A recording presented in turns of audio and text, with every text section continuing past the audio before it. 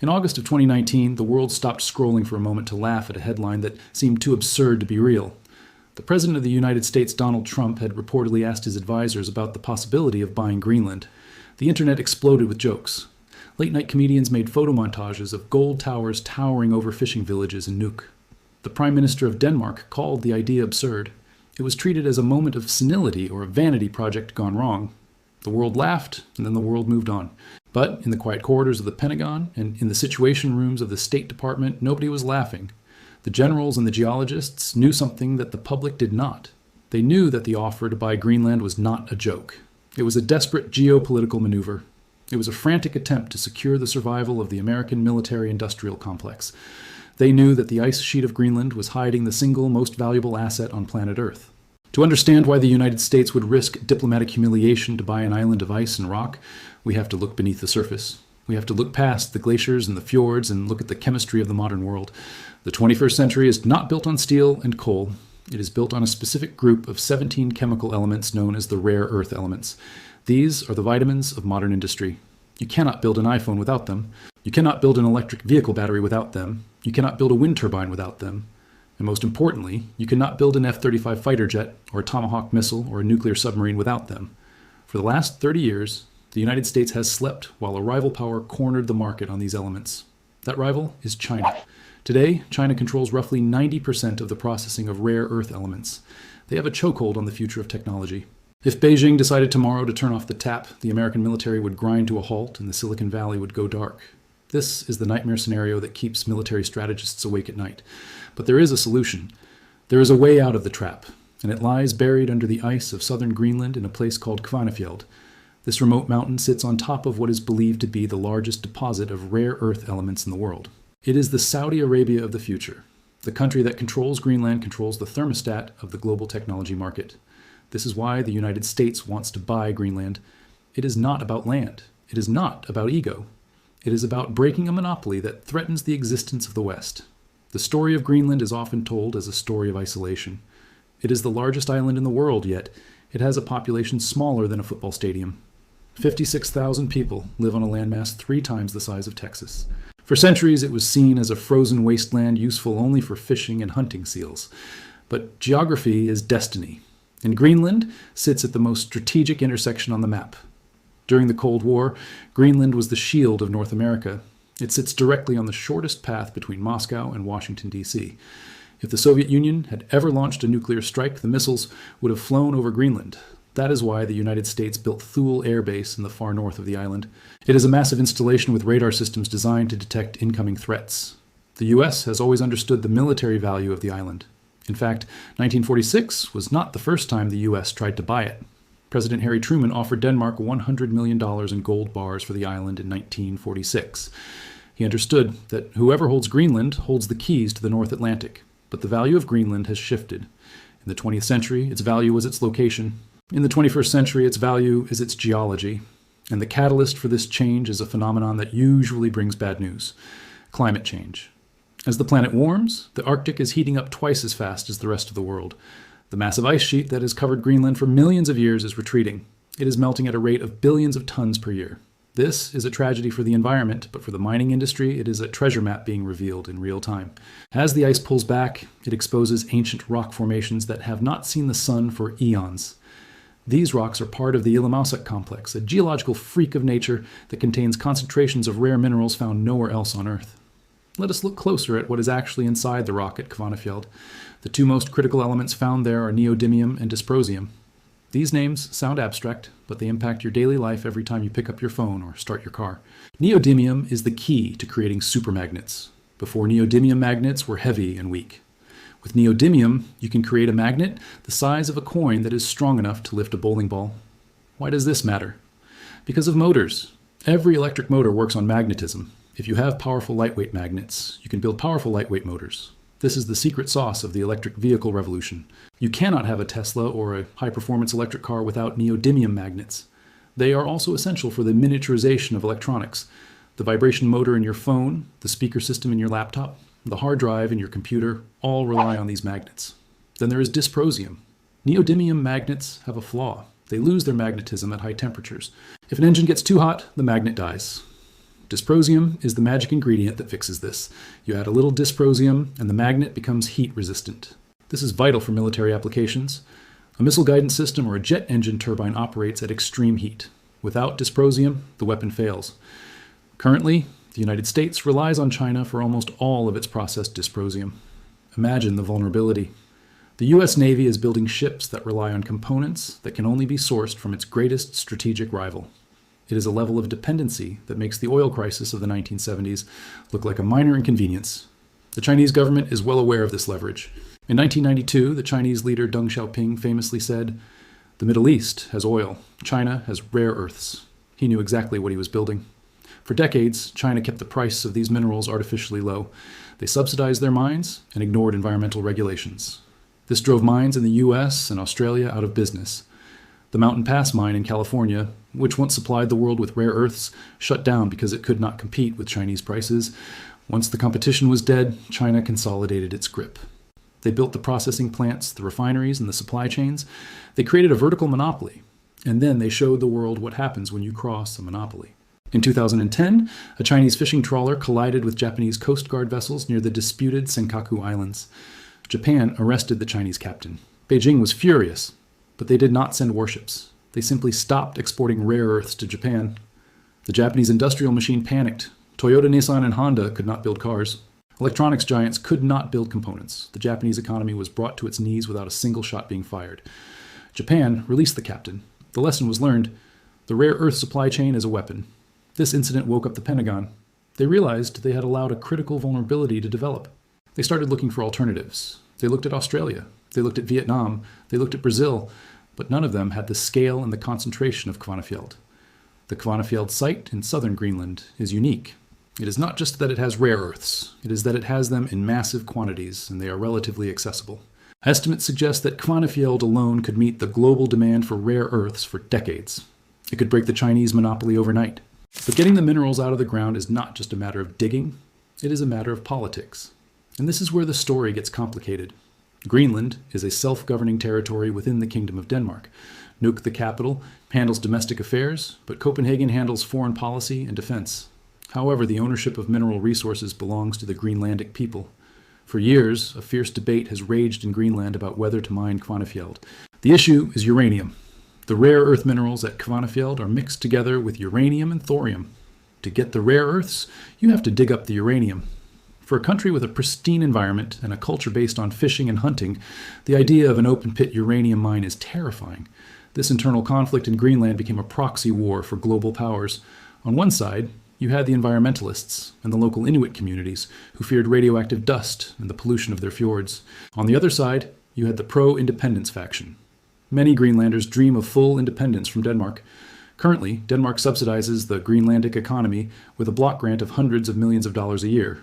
Without that money, Greenland would go bankrupt. The pro-mining faction argues that the only way to achieve financial independence and become a sovereign nation is to sell the minerals. Into this delicate local debate stepped the Chinese. A Chinese company called Shanghai Resources bought a stake in the Australian company that held the license to mine Kvanefjeld. This set off alarm bells in Washington. It looked like China was about to do to Greenland what it had done to Africa, buy the infrastructure bribing the elite and lock up the resources. If a Chinese-influenced company controlled Kvanefjeld, the Chinese monopoly would remain intact. They would simply own the alternative supply as well. This was the context of Donald Trump's offer. It was a clumsy signal that the U.S. would not let Greenland fall into Beijing's orbit. The State Department opened a consulate in Nuuk for the first time in decades. They started offering aid packages. They sent high-level delegations to court the Greenlandic government. It was a charm offensive designed to counter Chinese influence, but the Russians are also watching. As the ice melts, new shipping lanes are opening up in the Arctic. The northern sea route along the coast of Russia cuts the travel time between Europe and Asia by 40% compared to the Suez Canal. Greenland sits at the gateway to these new lanes. Russia has been militarizing its Arctic coast, building new bases and refurbishing old Soviet ones. They see the Arctic as their future economic engine. So you have three superpowers circling this island of 56,000 people. You have the environmental tragedy of the melting ice revealing the economic prize of the century. And you have a local population caught in the middle, trying to decide if they should sell their birthright for independence or protect their land and remain dependent on Denmark. The geology of Kvanefjeld is complex. The rock is called Lujavrit. It It is a beautiful dark stone with glowing crystals embedded in it. But extracting the elements requires chemical leaching. It produces massive amounts of tailings or waste rock. In a place like Greenland, where the wind howls at 100 miles an hour and the ecosystems are fragile, containing that waste is a nightmare engineering challenge. But the US military looks at the F-35 program and does not see the waste rock. They see the guidance systems. An F-35 contains nearly 1,000 pounds of rare earth materials. The targeting lasers, the radar, arrays, the communication equipment, and the stealth coating all require these elements. The electric actuators that move the flaps on the wings use neodymium magnets. Without these elements, the F-35 is just a very expensive paperweight. The dependency extends to the space race. Satellites require samarium cobalt magnets to function in the cold vacuum of space. The Mars rovers run on nuclear batteries fueled by plutonium, but their motors and sensors run on rare earths. If the West wants to maintain its edge in space, it needs Greenland. The narrative of the laughable purchase offer hid the deadly seriousness of the situation. The United States cannot afford to lose the Arctic. It cannot afford to let China consolidate the resources of the future. The 21st century will be defined by the transition to green energy. Wind turbines require massive amounts of dysprosium and neodymium for their generators. A single large wind turbine can contain hundreds of pounds of rare earths. As the world transitions away from fossil fuels, the demand for these elements is predicted to explode by 500 or 600%. China knows this. Their strategy is called Made in China 2025. Their goal is to dominate the high-tech industries of the future. They do not just want to sell the raw minerals. They want to sell the finished batteries, the finished electric cars, the finished robots. They want to move up the value chain. To do that, they need to control the raw materials. Kvanefjeld is the only rock big enough to stand in their way. It is the only deposit that can balance the scales. That is why the diplomats are flying to Nuuk. That is why the geological surveys are being funded by Western governments. That is why Greenland is the most important piece of real estate in the world. As we end the first part of this deep dive, we see the board is set. The ice is melting. The treasure is revealed. The superpowers are moving their pieces. But the game is not just about geology. It is about people. It is about the 56,000 Greenlanders who have to vote on the future of their island. In the second part, we will go onto the ground in Greenland. We will look at the specific companies fighting for the rights. We will look at the political earthquake that happened in the 2021 elections. And we will see how the US military is quietly preparing for a cold war in the coldest place on Earth. The wind in Narsek is not like the wind anywhere else. It screams down from the ice sheet, carrying the bite of thousands of years of frozen history. Narsek is a small town of about 1,500 people in southern Greenland. It sits at the foot of the Kvanefjeld mountain. For most of history, it was a quiet farming and fishing community known for its colorful wooden houses and its sheep farms. But today, Narsek is the epicenter of a global geopolitical earthquake. The people of this small town are holding the future of the American military and the global green energy revolution in their hands. To understand the intensity of this battle, we have to look at the corporate war that has been waging silently for rights to the mountain. The company that held the license to mine Kvanefjeld for years was Greenland Minerals. On paper, it was an Australian company. But if you followed the money, you found yourself in Chengdu, China. The largest shareholder in Greenland Minerals was Shenghe Resources, a Chinese giant with close ties to the state. This terrified the strategists in Washington. It meant that even if the mine opened, the rare earths might still flow back to China for processing, maintaining the monopoly. The plan for the mine was massive. It would be an open pit mine sitting on top of the mountain overlooking the town. It would involve crushing millions of tons of radioactive rock. The dust from the mine would blow directly over Narsek. The farmers feared their sheep would be poisoned. The fishermen feared the runoff would kill the shrimp and the whales in the fjord. The town was divided. Families stopped talking to each other. One side saw jobs and independence. The other side saw death and destruction. This local dispute exploded into a national crisis in 2021. The government of Greenland called a snap election. The entire election was fought on a single issue. The mine. The pro-mining party, Siumut, argued that the mine was the golden ticket. They argued that the Chinese investment would bring infrastructure, airports, and money. They played on the dream of a Greenlandic republic free from Danish control. But the opposition party, Inuit Ataqatigiit, or IA, ran on a platform of zero tolerance for uranium mining. They argued that the health of the ancestors and the land was worth more than money. They tapped into a deep indigenous connection to the environment. The world watched this election closely. In Washington and Beijing, diplomats held their breath. The result was a shock. The anti-mining party won in a landslide. One of their first acts was to ban uranium mining, effectively killing the Kvanefjeld project in its current form. Washington breathed a sigh of relief. The immediate threat of a Chinese-controlled uranium mine was gone. But the problem remained. The rare earths were still in the ground, and the West still needed them. This brings us to the plan B. If Kvanefjeld is politically toxic, where else can the U.S. look? The answer lies just down the fjord at a place called Tanbreez. Tanbreez is another massive deposit of rare earths in Greenland. But the geology is different. It does not contain uranium. This makes it politically acceptable. The owner of Tanbreez is an Australian geologist who has spent years lobbying the U.S. government for support. He calls the site a sleeping giant. He claims it has enough dysprosium to supply the world for 1,000 years. The U.S. government has quietly pivoted its support to projects like Tanbreez. They are looking to create a supply chain that bypasses China completely. The plan is to mine the rocks in Greenland, ship them to processing plants in the United States or Canada, and turn them into magnets in factories in the West. It is a strategy of total decoupling. But building a supply chain from scratch is incredibly difficult. Processing rare earths is a dirty, complex business. You have to separate 17 different elements that are chemically almost identical. It requires massive amounts of acid and heat. It produces toxic waste. For 30 years, the West was happy to let China do the dirty work. We exported the pollution and imported the cheap magnets. Now we have to learn how to do the dirty work ourselves. And we have to do it in a way that meets strict environmental standards. The cost is astronomical. A rare earth processing plant can cost $1 billion to build. Private investors are wary. They know that if they spend the money, China can simply flood the market, drop the price, and bankrupt them just like they did in the 90s. This is why the U.S. military is getting involved.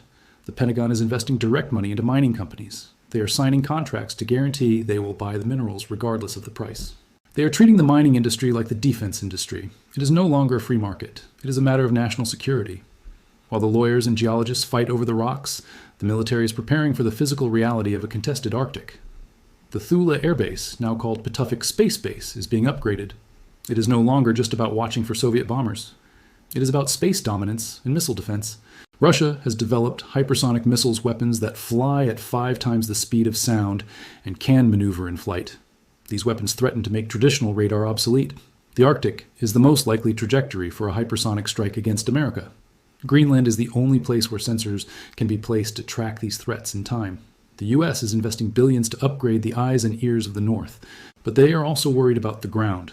And the U.S. Navy has reactivated its Second Fleet, which is responsible for the North Atlantic. They are sending submarines under the Arctic ice to shadow Russian movements. They are training Marines to fight in sub-zero conditions. The Arctic is becoming a theater of war again. And then there is the Polar Silk Road. China has declared itself a near-Arctic state. This is a made-up term with no basis in international law, but it signals their intent. China wants to use the Arctic shipping lanes to move goods to Europe. They are building icebreakers. They are the only country other than Russia building nuclear-powered icebreakers. They want to integrate Greenland into their Belt and Road Initiative.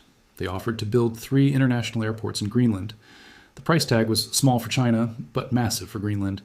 It would have given Beijing control over the island's transportation infrastructure. The Danish government, under heavy pressure from Washington, stepped in and financed the airports themselves to keep the Chinese out. This was a direct intervention to stop the debt trap diplomacy that China has used in Sri Lanka and Africa. The story of buying Greenland was never about a real estate transaction where a check is signed and a deed is handed over. It was a metaphor for a hostile takeover of a sphere of influence.